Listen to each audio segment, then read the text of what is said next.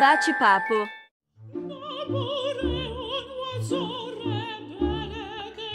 Caminho da bruxa. Caminho da casa da bruxa, gente.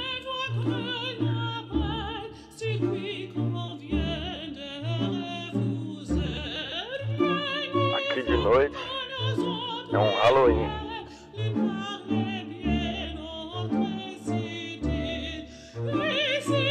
Show de bola, gente, ó.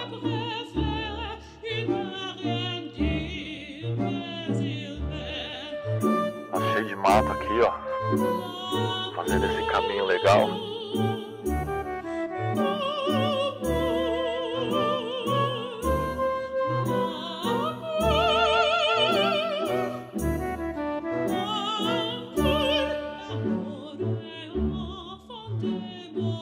Caminho da casa da bruxa. A gente vai lá fazer o bate-papo com ela, pra você saber um pouco de bruxaria. E eu tô curioso, porque eu também não sei. Eu sou leigo no assunto.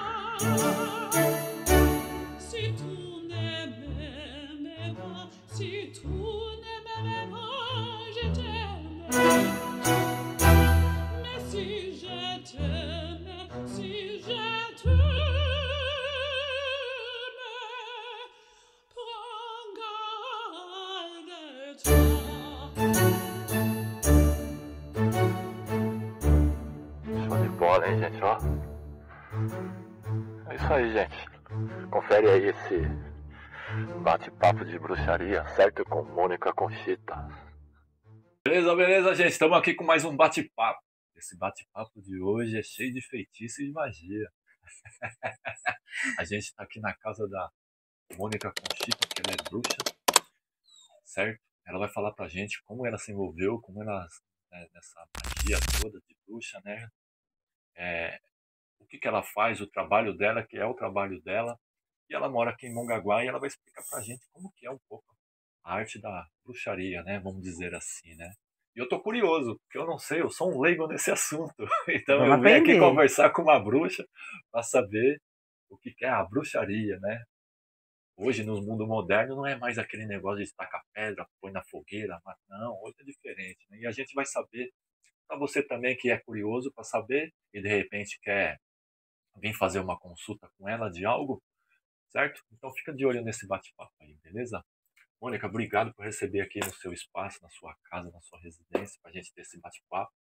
E gostaria que você explicasse, assim, o que é a bruxaria, né? Num modo leigo, que às vezes o pessoal não sabe, acha que é algo monstruoso, acha que é algo do mal, e não Verdade. tem nada a ver com isso. Bom, pelo menos eu acho. É verdade. Primeiramente, obrigada pelo convite. Gostei muito do convite que ele fez para mim e para poder esclarecer essa conversa para as pessoas, porque existe muito preconceito ainda, que as pessoas não sabem como funciona. Então, eu tô aqui para responder o que vocês quiserem saber. Se quiser saber alguma coisa, manda mensagem lá para ele que ele vai trazer para mim de novo, tá? À vontade. Então, a bruxaria ela consiste em a gente trabalhar com energias da magia natural, da natureza. Então, a gente tem 3 tipos de bruxaria, tem a feitiçaria, tem a bruxaria e tem o ocultismo. A feitiçaria é uma pessoa que já nasce intuitiva, ela já nasce de uma maneira diferente, às vezes ela é clareaudiente, vidente, e tem telecinética, então essa pessoa é considerada feiticeira porque ela já sabe das coisas intuitivamente. Ela não precisa necessariamente estudar. Agora, a bruxaria ela já vem de uma parte europeia, que é uma religião que trata só com as mulheres e é uma bruxaria natural. Então a gente trabalha muito com a energia do local onde a gente mora. Tem gente que nem lugares de poder, o cemitério, que é uma energia natural da morte, a gente tem o mar, a gente tem as montanhas, a árvore, a natureza, a terra. Então é ali que a bruxa se recarrega a sua energia para que consiga fazer seus feitiços darem certo. E temos o ocultismo, que é a magia cerimonial, que é onde que o ocultismo é mais para o masculino, a bruxaria Certo, é mais para o feminino. certo. Então, porque a mulher já nasce com essa intuição naturalmente, né? Agora, o ocultismo, ele já trabalha, é mais para o masculino, por quê? Porque os homens precisam de materiais e artefatos para que eles consigam fazer o que uma mulher consegue.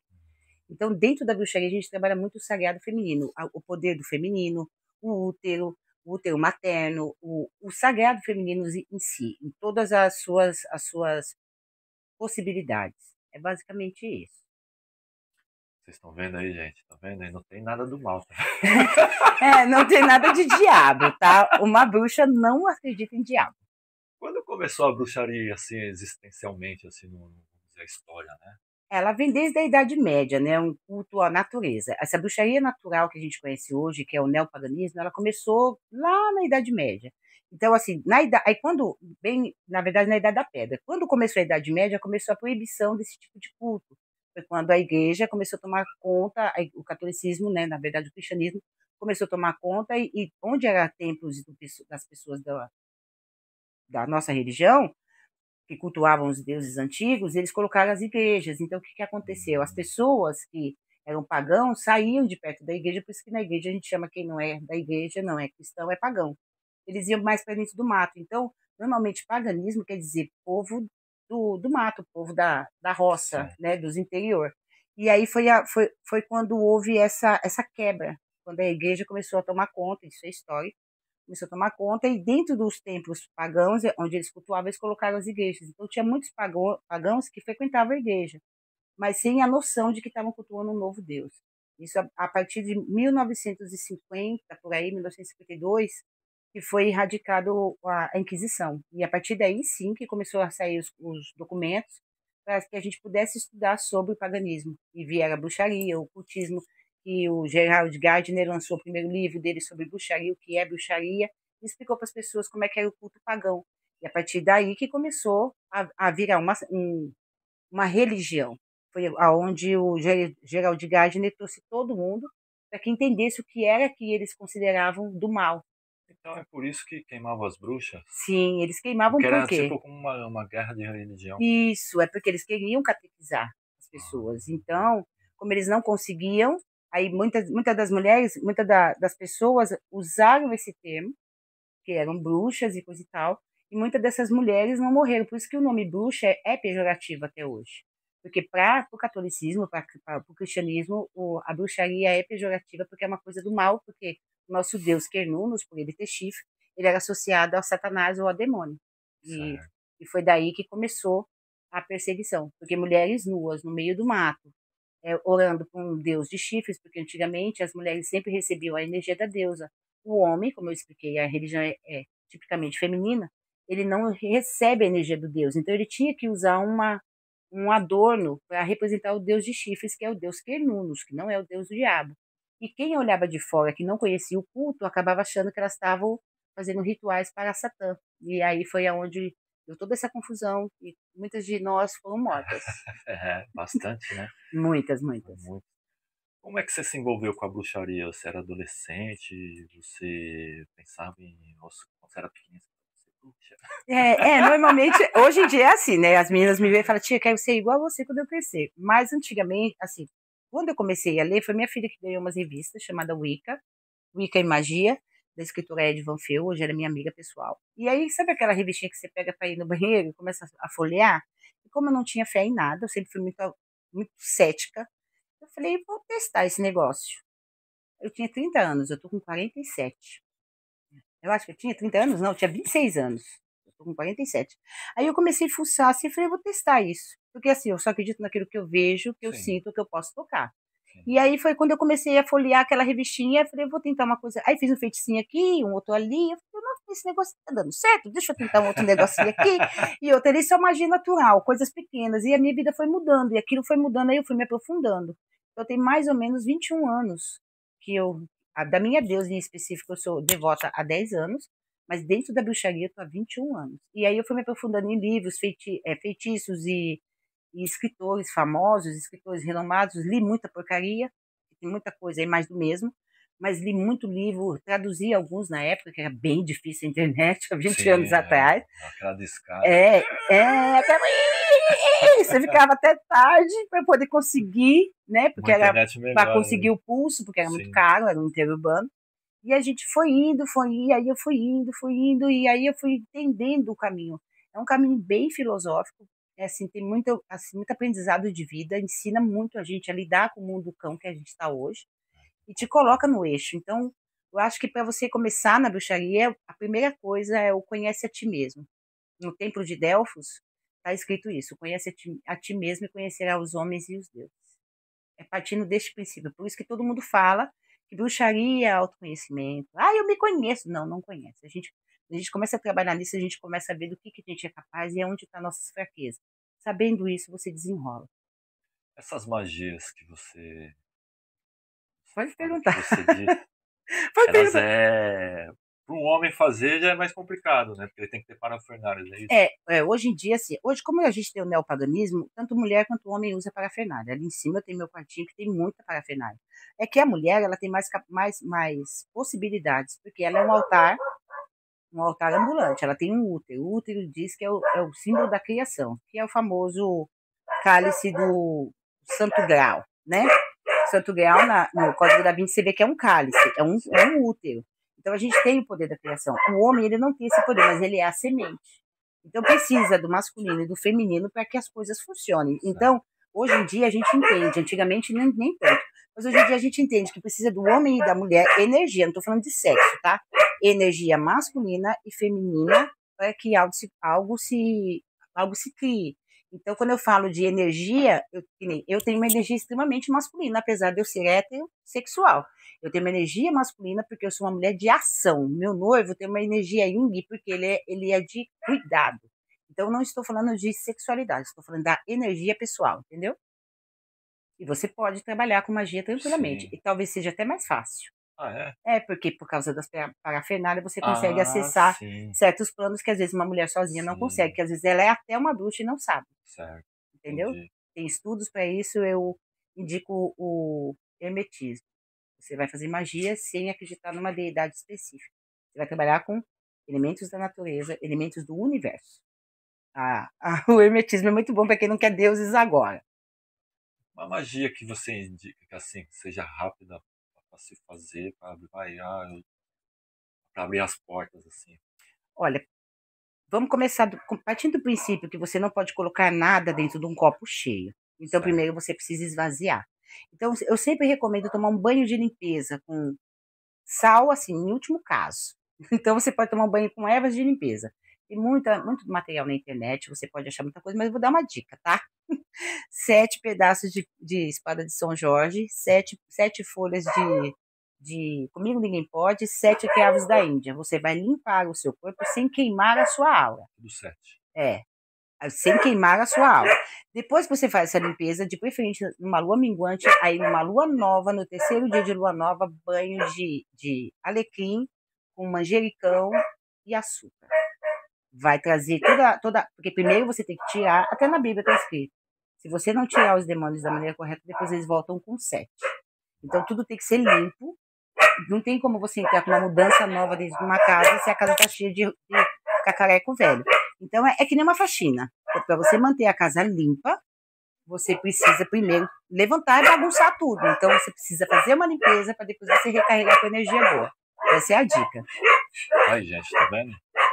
Tudo 7, hein? Não esqueça a simbologia do 7 que você falou. Qual é a simbologia do 7 7 é um número. bruxaria? O 7 ele é um número espiritual. Então, dentro da numerologia kármica, da astrologia, você vai ver que sempre o número 7 tem a ver com o espírito. A casa 7, o número 7, é 7 dias que foi feito a Terra, né? O 7º dia você descansa para ficar em meditação, que Deus descansou. Então, nas igrejas também o número 7 é muito importante, é um número espiritual. Então, por isso que quando a gente põe alguns elementos no número 7, tem uma numerologia aí, tem tabela pitagórica, serve, e tabela kármica. Então, o número 7 é um número espiritual. Então, tem 7 cores do arco-íris, tem 7, tudo a vez que você vê numa numerologia pitagórica, quando você vai ver na cabala judaica, quando você vai ver na Bíblia mesmo, o número 7, ele é espiritual. Então, quando a gente vai fazer algum banho, que a gente vai tratar do nosso espiritual, é sempre bom para a limpeza o número 7, porque você vai tirar aquilo que é ruim para entrar algo que é bom. Entendeu? Então, por isso que eu sempre coloco 7. Assim, 7 para mim é primordial para poder fazer limpeza espiritual. E aí depois você sim toma um banho para recarregar. Não tem como você pôr coisa boa se tá sujo. Por que você falou o sal é o último dos. Então, o sal ele é um cristal, ele não apodrece. Então ele é um artefato de limpeza, mas é um artefato de limpeza que é para limpeza, é como se você tacasse cloro. Ou então assim, você tá no cloro, vai estar com ácido. O ácido vai desgastar, vai estragar. Então, a gente tem um campo energético. E por que que a gente fica doente? Por que que a gente fica mal? Às vezes a gente fica cansado? Porque esse campo energético está com uma trinca aqui entre a energia de outras pessoas. Então, o sal, o que que ele faz? Ele limpa, mas ele resseca. É como se você colocasse um ácido em algo que vai quebrar, então, que vai ressecar. Então, o sal, ele só é bom para uma limpeza muito pesada. Ó, é só você ter uma ideia. Quando você vai, coloca essa ideia na cabeça. Você vai para a praia, você toma um banho de mar, como que você volta? Um sono, Sim. assim, descarregado. Às vezes você não tem força para fazer mais nada. Depois você chega da praia, você toma um banho. E dorme. Sim, você tem que dormir para recarregar, porque o sono a gente recarrega. Então, só o sal, ele drena. Mas assim, ele tira tudo. E como ele tira tudo, ele também tira energia boa. Aí você tira energia do dinheiro, você tira energia do amor, você tira energia da saúde. Então, ele limpa tudo. Então, se ele limpou tudo, você vai ter que carregar tudo de uma vez. E é muito difícil você conseguir conciliar. É igual a bateria do celular no zero. Isso, até ela voltar, e a gente sabe bem o que é isso. Meu me deixou na mão e paga na piacaba. Deixou na mão, eu assim, ó. Mas o que aconteceu? É exatamente isso. Até ele carregar e você recuperar o 100% é dias. É dias. Assim, é horas. Então, o sal é a mesma coisa. Se você toma um banho de sal e você já tá para baixo, você vai arriar mais, porque você vai tirar toda a energia, inclusive a boa. E eu falei pra minha filha uma vez, ela colocou um copinho de sal embaixo da cama, porque ela tava tendo uns pesadelos. Como ela também é bruxa, ela tava tendo umas visões, ela falou, ai mãe, eu tô cansada. Aí colocou. Só que esqueceu. Aí a energia do dinheiro dela, ó. Então, tá precisando de dinheiro, não põe sal! Aí, tá vendo, gente? Entendeu? Você que coloca aí. O sal, ele limpa tudo. Só se a coisa tiver preta mesmo, for um exorcismo. Aí você usa o sal. Joga Aí até no... joga até nos cantos da casa, que nem Márcia Fernandes fala, porque é triste. Então, assim, o sal é em último caso mesmo. Tipo, se você foi num cemitério, se você participou de algum enterro, então um ente querido morreu e você tá muito mal. Então, assim, energias densas atraem energias densas. Então, você limpa para bloquear. Certo. Então, entendeu? Por isso o uso das folhas, né? Exato. Tem até estudos quânticos, isso, tem até estudos quânticos que quando o biólogo corta lá a folha, quando ele coloca no microscópio, a forma da folha ainda está irradiando, mesmo depois de cortada. Então, ela continua emanando energia. E quando for tirar as folhas, peçam licença. Tem algum bichinho que mora lá, tem uma entidade, cada coisa que tem vida, se tem vida, tem espírito. Então, peça licença, fala, ó, vou precisar de você agora, tira com muito respeito, porque a gente depende deles para viver. Depois que fez tudo tal, aonde que descarta? Normalmente, as coisas que são orgânicas, como folhas, qualquer coisa orgânica, você pode colocar. Assim, se você for fazer uma ritualística de bruxa, você põe no pé de uma árvore em terra. Aquilo vai virar adubo. Tem que voltar para a terra. Tem que voltar para a terra, como nós. Do pó viemos, para o pó voltaremos, né? Então a gente coloca lá de volta. Agora, se for uma coisa que não é orgânica, nem cera de vela, aí pode pôr no lixo tranquilamente, mas sempre separadinho, tudo bonitinho. Eu te perguntei isso porque eu já ouvi muita gente falando que fez algo tal, mas não deu certo. Porque aí depois eu fui me informar melhor, falou que tudo que você pega na natureza tem que voltar para a natureza. Exatamente. Senão Exatamente. Não dá certo mesmo. O pessoal quer jogar no lixo. É que nem oferendas que fazem, trabalham com a mão esquerda, pessoas que trabalham com a mão esquerda, elas fazem ofertas de cortes, né, de animais. E dentro da minha ritualística, a gente aproveita o animal para comer. A gente não joga numa encruzilhada de qualquer maneira para um urubu pinicar. O que vai à sua cabeça, o sangue, asa e pata. O restante da galinha você pode aproveitar. O restante do cabrito você pode aproveitar. É porque é comida. Porque o que para a gente hoje é só um agrado para uma entidade, para muitos é só um agrado, na época que esses cultos eram feitos, é porque matava-se para comer. Então não tem por que você desperdiçar ou matar um animal para matar só para fazer uma graça, entendeu? Se eu tiver, eu não faço, mas se eu tiver que fazer algum tipo de corte, o animal em si vai ser para a alimentação da minha família. Porque a gente se alimenta daquela energia. Agora, o sangue você não usa, a asa, a cabeça, as patas, você não vai usar. É isso que você entrega à entidade, que tem a ver com cada elemental do pentagrama. O espírito é o sangue, as asas é o ar, a cabeça é o espírito e as patas é a terra. Então, aí você entrega aquilo lá, mas o restante você pode aproveitar. É uma judiação você jogar um animal num canto, não sou contra, cada um mexe sua panela como quer, né? Mas daquela época, elas aproveitavam. Então, toda vez que elas matavam, era para comer, era para consumo. E aí, o que elas faziam? Em agradecimento por ter o que comer, elas entregavam para as entidades. Entendeu? E hoje em dia fazem de qualquer maneira. E é um desrespeito com uma vida. É uma vida, querendo ou não. Sim, é uma vida. Né? Tem que ser respeitada Na tanto quanto a verdade, eles nossa. estavam aqui primeiro que nós. Exato! Já pensou se o dinossauro estivesse aí fazendo a mesma coisa com nós? Nós estávamos, ó. Ainda bem que eles se foram. Se foi. Porque é uma vida também, né? Sim. Então a gente precisa respeitar também. Sim. Por isso que eu não faço corte. Olha, meus bichinhos aqui. Muito Olha pelo os gatinhos contrário. aí, ó. Eu tenho 9 gatos, 4 cachorros e um ali que é enteado cachorro e um bode. E um bode. Um bode. Vou mandar um vídeo do bode pra ele. E um bode. É. Você foi lá para Paranapiacaba, não é isso? Sim. Convenção das Bruxas. Sim. Fui dia Explica 18. Dessa convenção. O porquê que é feito, né? Ah, tá. A simbologia desse encontro. A simbologia desse encontro lá em Paranapiacaba é para comemorar o dia, assim, a união do clã. Então vem gente de todo lugar, de toda a senda pagã tá lá, seja satanista, budista, hinduísta. Por que a gente fala que é uma convenção de bruxas? Porque tudo que não era cristão era considerado bruxaria. É por isso que tem todo tipo de vertente ali. Então, é uma reunião mesmo para todas as pessoas que trabalham com paganismo, ou com satanismo, ou com bruxaria, ou com xamanismo, que eram rejeitados pela igreja, se unir em favor da nossa causa, porque a gente sofre muito preconceito por causa de gente louca, né? Que acha que pode fazer certas coisas que vocês veem aí na internet. E eles não têm o entendimento do simbolismo que era. Então, muita coisa era colocada em livros para que os cristãos não entendessem o termo. E muita gente faz exatamente o que está no livro, porque eles também não entendem. Por isso que a gente fala ocultismo. Porque se você não entender o termo que está ali, você vai fazer de qualquer maneira. Então, por que é ocultismo? Porque eles ocultavam informações de que não tinha conhecimento. E acaba que gente fazendo coisas que não deve, fazendo loucura, indo preso, fazendo de coisas que não deve. Então, se a pessoa entender que um livro de ocultismo tem coisas ali ocultas que você precisa aprender, você vai fazer da maneira correta, não vai fazer merda. Você falou do satanismo. O satanismo, ele é... Pelo nome dele, né, o pessoal acha que é Sim, o satanismo, então, o satanismo não é considerado paganismo. Certo. Eu acho que é a única vertente que não é cristã, que não é paganismo. Por quê? Partindo do princípio que o satanismo é Satanás, ele é o opositor de Deus, é a mesma religião oposta. Então você precisa acreditar em Deus para poder acreditar no diabo. Você precisa cultuar Deus e ser contra Deus. Então você tem que ser contra a Deus para ser satanista.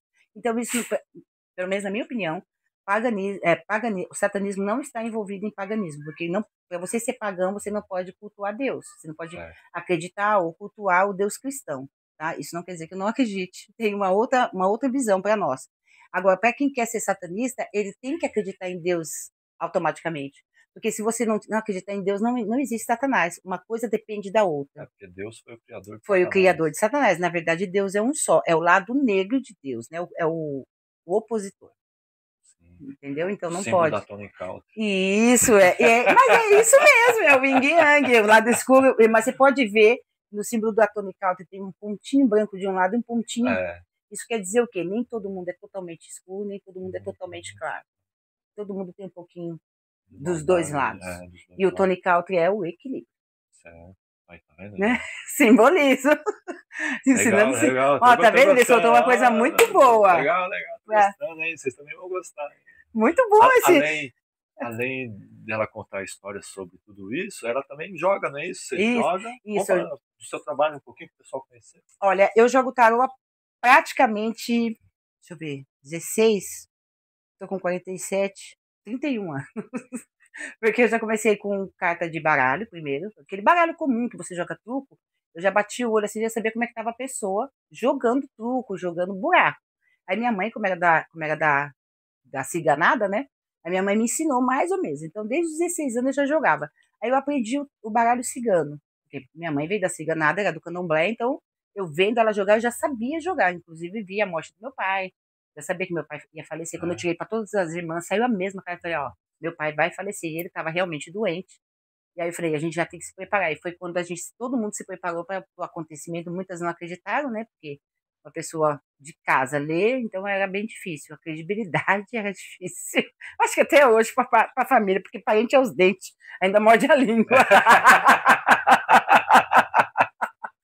Então, assim, então, assim, né? E aí, depois eu ganhei um tarô de Marcélia, e a partir daquele tarô eu fiquei saber o simbolismo daquele tarô, eu fui estudar. Hoje eu tiro esse tarô mesmo de Waite, de Marcélia, pelo menos uns 18 anos. Então eu faço consultas, normalmente o caminho de vida que você tem, o que está para chegar e o que tá por vir e o que está acontecendo no momento. Assim, meus feedbacks são muito bons. 31 anos também, né? Cuidando da vida dos outros. Eu sou a fofoqueira que eu fofoco em casa. Eles me contam. Eu falo que eu fofoqueira astral, né? Eu abro assim e falo. Aí eu anotava. Aí eu ficava esperando. Ia lá e quem que falou? E é muito bom. Ajuda bastante. O meu tarô é bem terapêutico, ele vai te dar muitos conselhos. Para que você não.